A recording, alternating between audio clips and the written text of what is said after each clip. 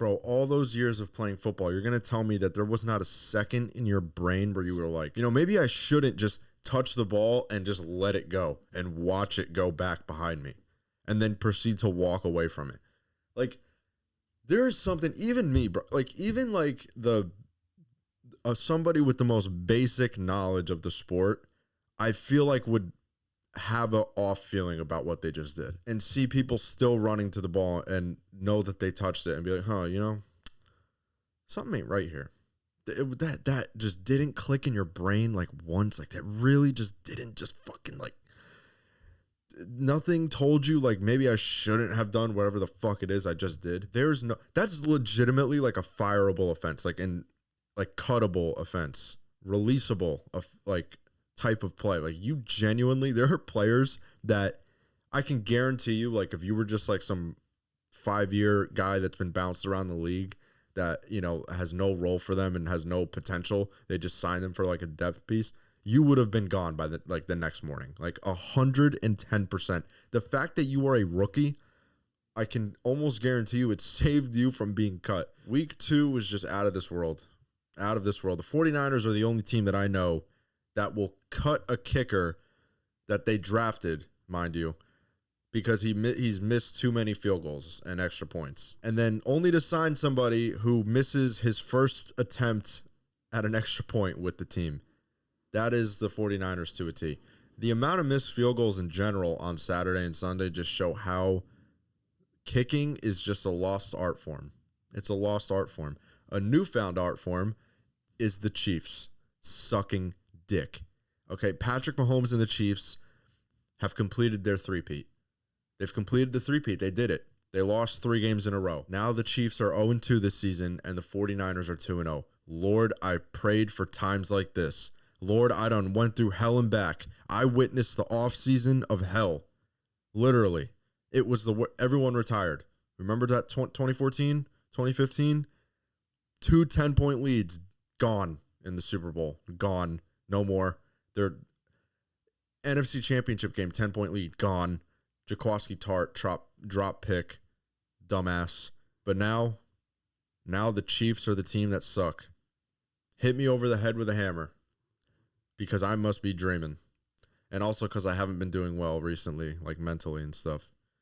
The voices, they've been telling me to indulge in gluttony and argue with the shadow person, but I'm not gonna. The Colts see a shadow of Peyton Manning when they watch Daniel Jones play, and the Jets see Vietnam flashbacks anytime Justin Fields drops back to pass. Justin Fields had 27 yards passing on Sunday. How nice. 1 yard for every Jets fan that still hasn't sold their season tickets. Daniel Jones is the best quarterback in the league. Who would have thought? Me, I would have thought that, because you know why?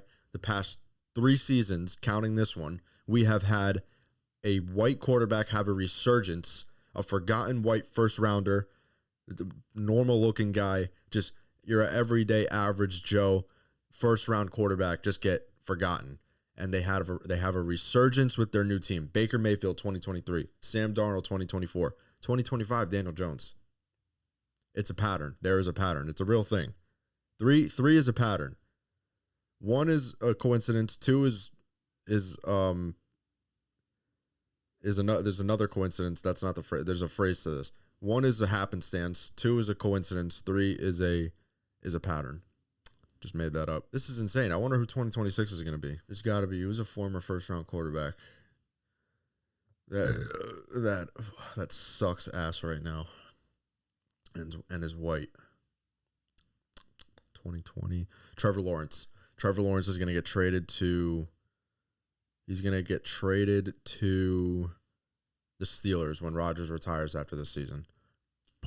We also have back-to-back games where Jalen Hurts forgets A.J. Brown is on his team and he can throw him the ball. And Mac Jones, you sick son of a bitch, Mac Jones, you fucker. I'm eating my words. You sure proved me wrong, dude. I'll be honest. You looked like Jimmy Garoppolo in New Orleans in 2019. You were balling. McCorkle was in his fucking bag. That guy was in his fucking bag. He put the fries in the bag and Joshua Block crashed out somewhere. You wanna fight, bitch? Okay.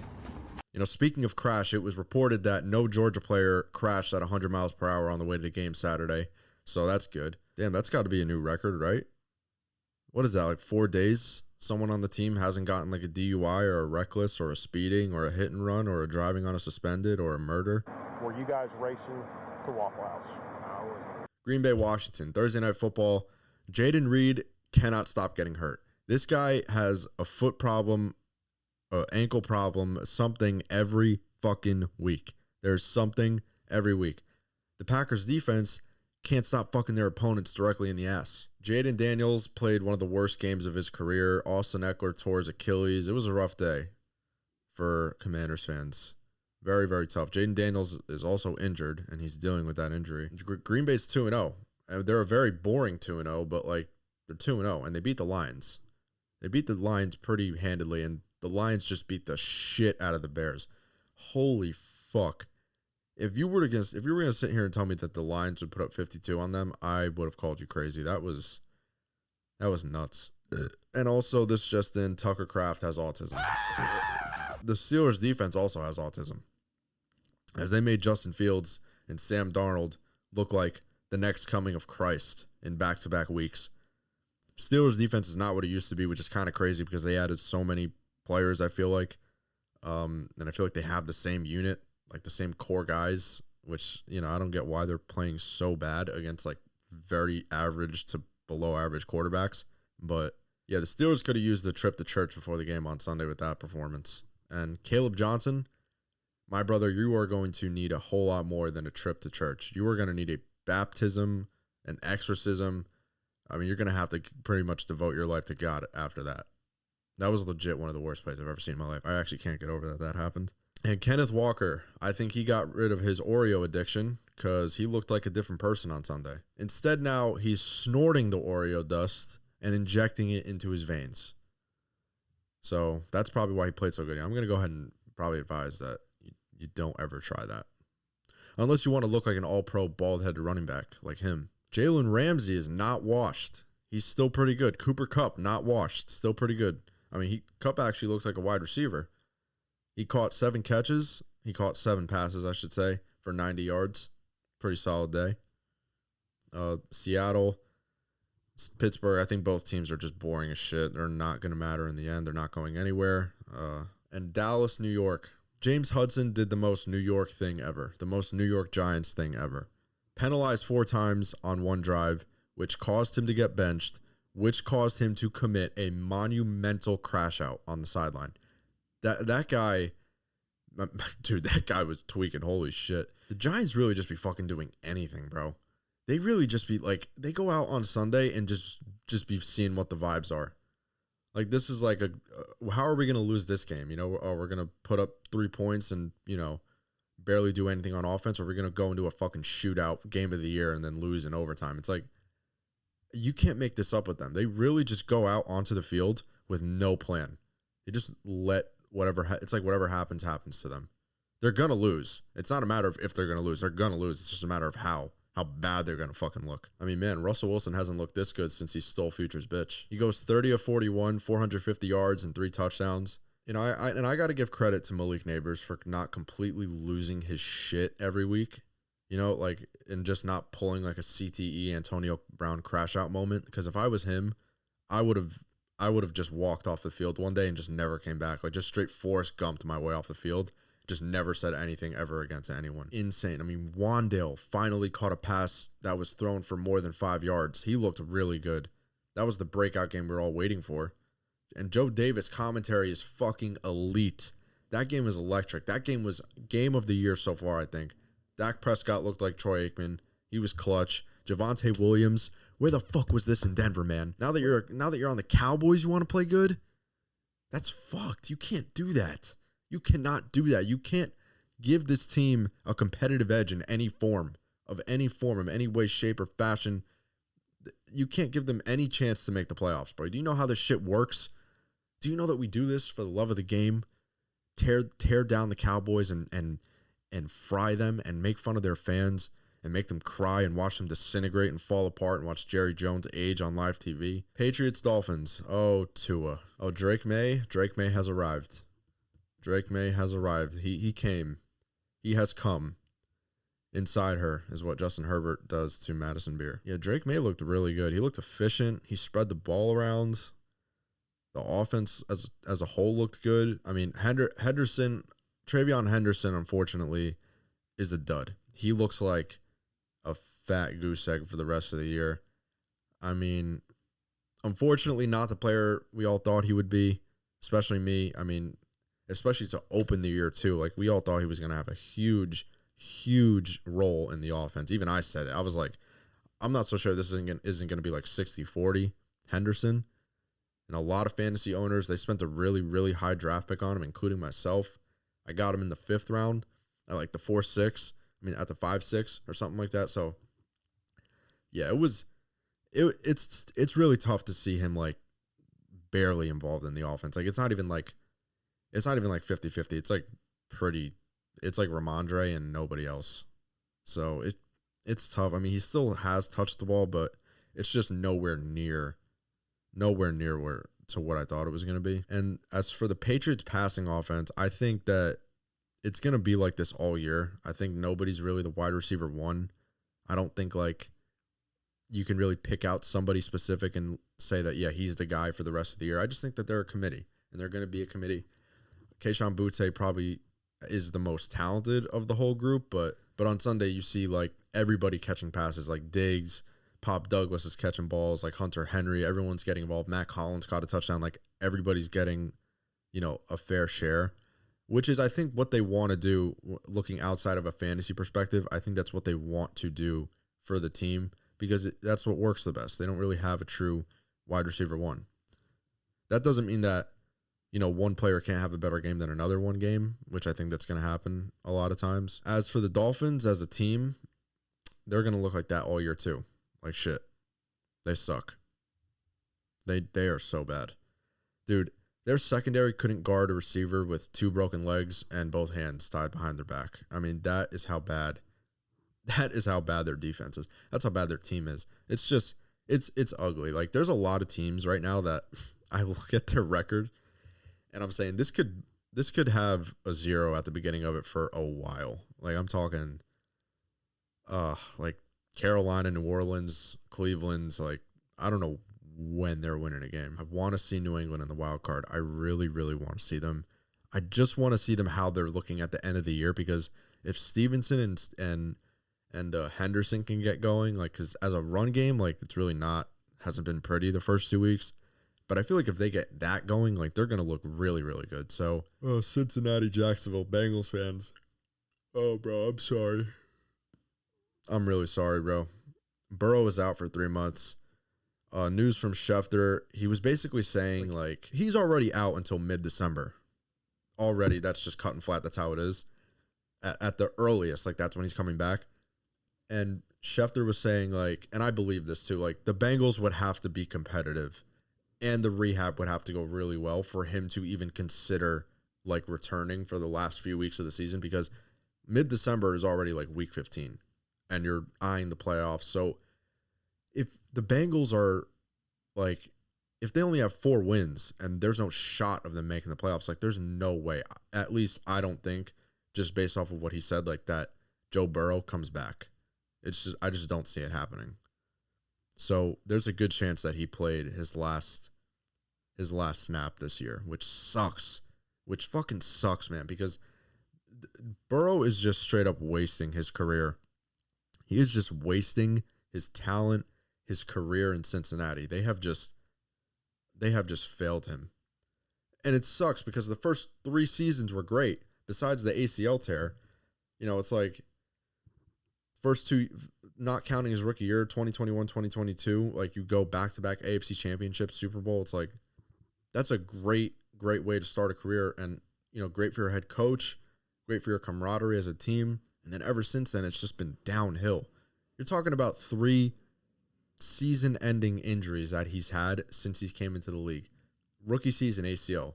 2023, torn ligaments in his wrist. And then this year, turf toe, like severe turf toe. It sucks, bro. I feel bad for him because he's already old. Like, he was already an older rookie coming in, so he's like 28 right now.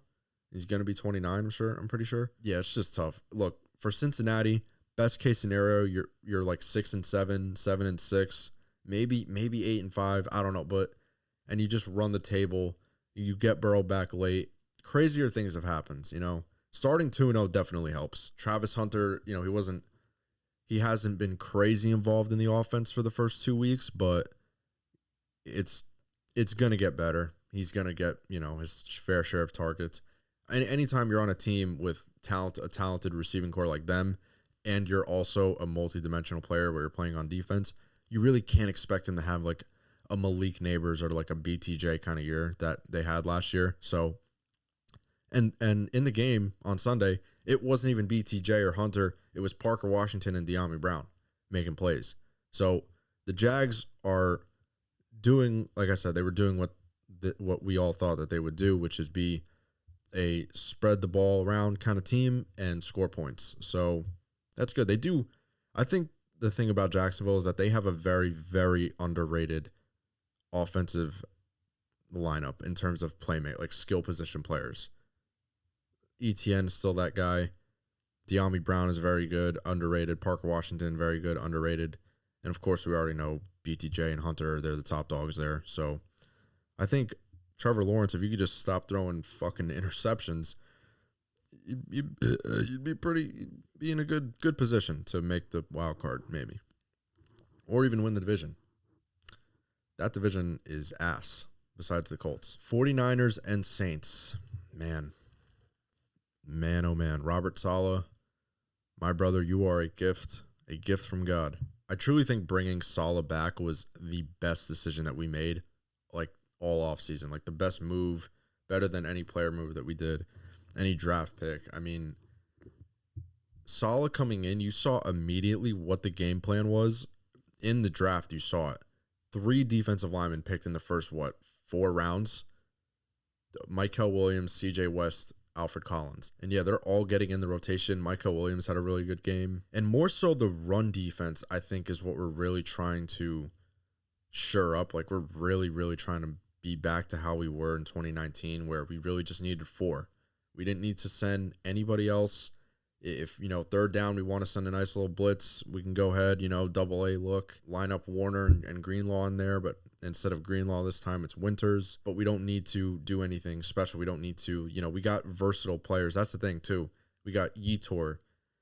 We have Bryce Huff that we got from the Eagles, and he made the game-winning play on Sunday. And we still got Bosa, Kalia Davis. They have the 49ers, I think, in terms of young talent up front, we are far and away, I think, top 5 unit, just in terms of, the potential. And, how Warner's playing like defensive player of the year. Dude, it was impressive. I will say though, our secondary kind of looked a little shaky. And Mac Jones, bro. Mac Jones, besides those 2 stupid ass fumbles, one which came from a handoff, he played really good. He balled. That throw to Jennings was a seed. Yeah, and the 49ers, they got Kendrick Bourne back. Seeing him back there was like really nostalgic. That was cool. This team gives me like 2019 vibes. I don't know how to explain it. I don't know what it is. It's like the 2 road wins to start off the year, Saleh back, Kendrick Bourne back. It's like, I don't know. It just gives me those kind of vibes. It's very, very nostalgic. And 4 out of the last 6 times that the Niners won back-to-back road games to start the year, they made the Super Bowl. And this year it's in Levi Stadium.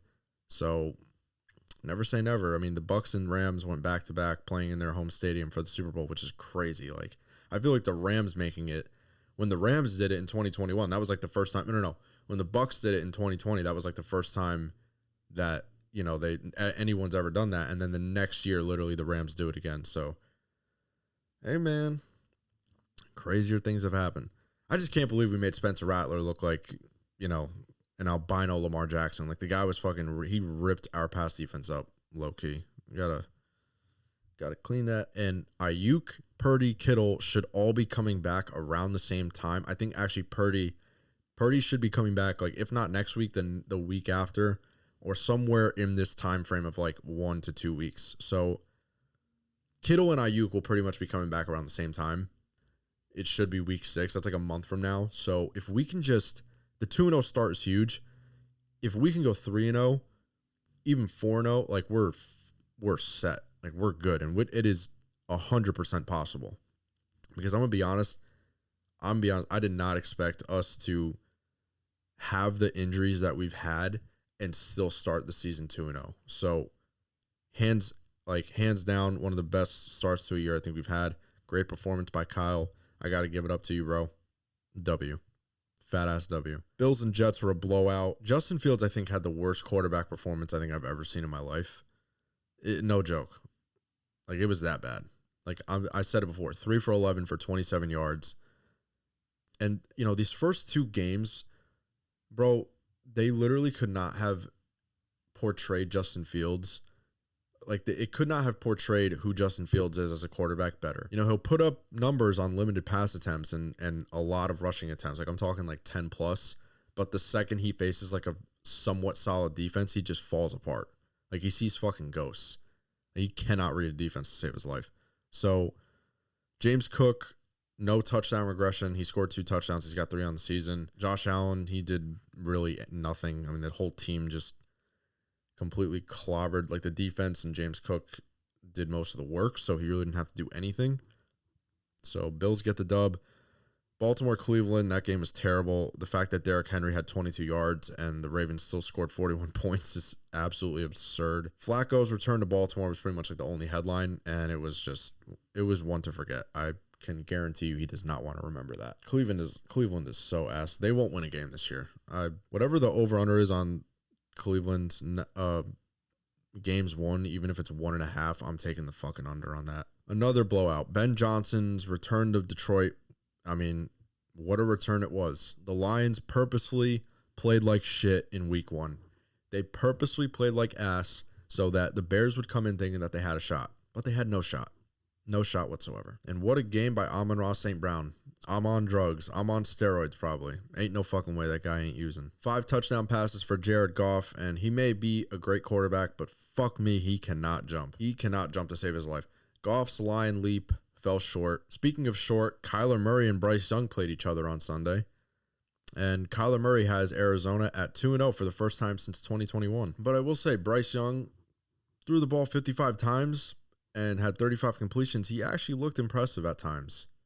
At times. I don't know. The Cardinals, to me, are fucking boring. I just, you know, it's whatever. I mean, they're 2-0, but it's just really, like I said this before about them, they have nobody that stands out. They don't have any game wreckers or game changers. They kind of just played the 2 easiest teams in the league, I'd say, at that point. The Colts and Broncos, what a way to lose a game, dude. The Broncos defense was ass. They were dog shit, and which is crazy because week 1, they looked like the next Orange Crush, the next no-fly zone.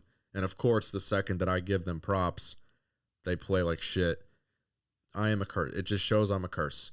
You look back at my video history, look at all the videos that I made about teams and players. You go back, like, I'm talking, like, scroll down. Damian Pierce, I made a video on them. The Dolphins, Jimmy Garoppolo.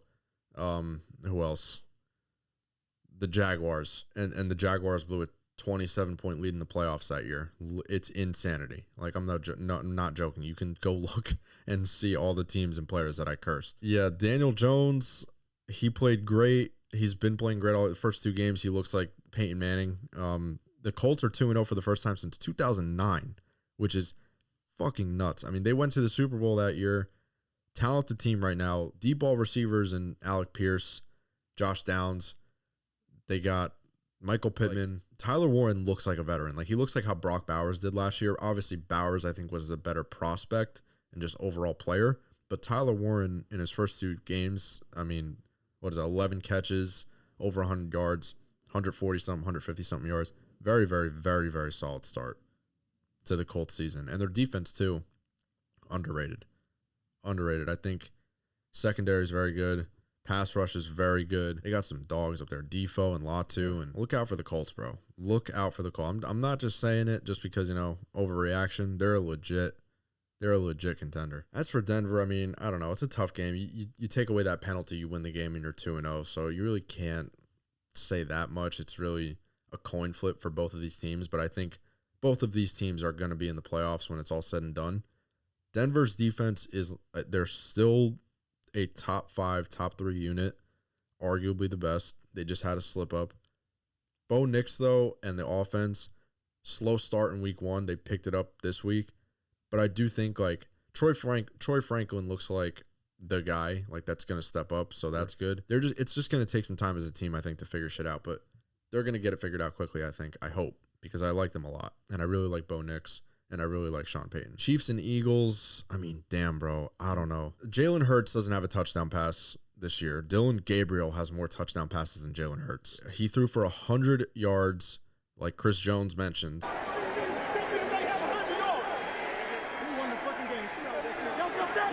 And Jalen Hurts' response to that, we won the fucking game, if you couldn't hear him, which is fucking owned. Fucking get fucking wrecked. Honestly, Chris Jones, you just got fucked. All right, I'll say that. That was pretty badass by Jones. I don't like any of these teams. Okay, I like Jalen Hurts. I clown the Eagles, but I don't really hate them. I do, but I really don't. I just hate their fans. I fucking hate the Chiefs. Like, I hate. Like, it's not even the hate isn't even the right word. Philly is just confusing to me, bro. I don't know. It kind of reminds me of their 2023 team. Like, after they were in the Super Bowl in 2022, the next year they were like 5-0. They were like 10-1. They were 10-1, and they didn't take a loss until we came and beat the shit out of them in Philly. It kind of gives me the same vibes, but it's just the passing offense. A.J. Brown has under 40 yards this season. 6 catches. No, I don't even think he had a catch week 1, did he? I think he had like 1 for 8 yards. Nevertheless, he had 5 catches for 27 on Sunday. Brutal. Devontae Smith their passing offense looks horrible, but their defense looks amazing, and it looked amazing against Kansas City, but that's because Kansas City's fucking terrible. Patrick Mahomes was their leading rusher. Yeah, that's the thing, dude. They got no running game. Like, they have zero ounce of talent in the rushing department. Just the offensive line can't block. Kareem Hunt is a fossil. Pacheco is just nowhere near the player he was 2-3 years ago. It's kind of sad to see, honestly. I mean, you go 10 carries for 22 yards. Something is just not right with him. Like, in just like injury wise, I just don't think I think he's still dealing with something. I don't know what. I mean, maybe it's a slow start back, but he looked like this last year when he came back. Tough for them to start 0-2, but realistically, all jokes aside, you can never put the Chiefs to bed. Like, they're gonna be there in the end. Like, they're gonna be competitive. They're probably gonna make the playoffs. They're gonna fucking find a fucking way to get there some way. Cheating, probably. Fucking cunt. And they're going to be in the AFC Championship game for the fucking 8th straight year. So that's just great. You know, I had to think about that now. But fuck them. Fuck them. We're not going to fucking speak about them. I don't want to talk about that godforsaken team.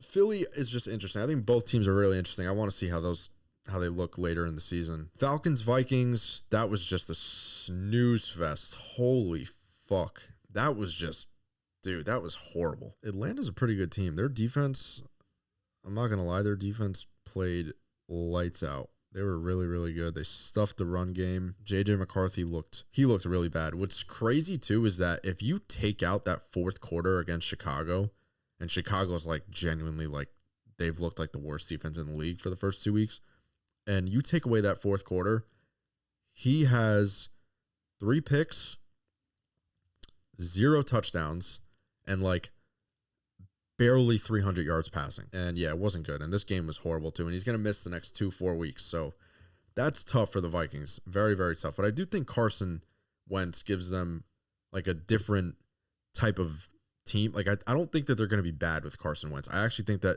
a lot of players like TJ Hawkinson, I think, is going to benefit from it. And also Justin Jefferson. I actually think that their passing offense is going to be better. Tampa Bay and Houston, the 2 Monday night games were just bro, I don't know why the fuck the league. I don't know why the fuck they keep doing this. These 2 Monday night games are so fucking bad, bro. Because it does not matter what the game is.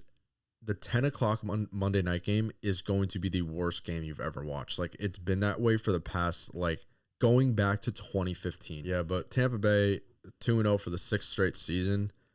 CJ Stroud and the Houston offense looked just unwatchable at times, honestly. I mean, I don't know what they got going on there in Houston, but they got to figure it out.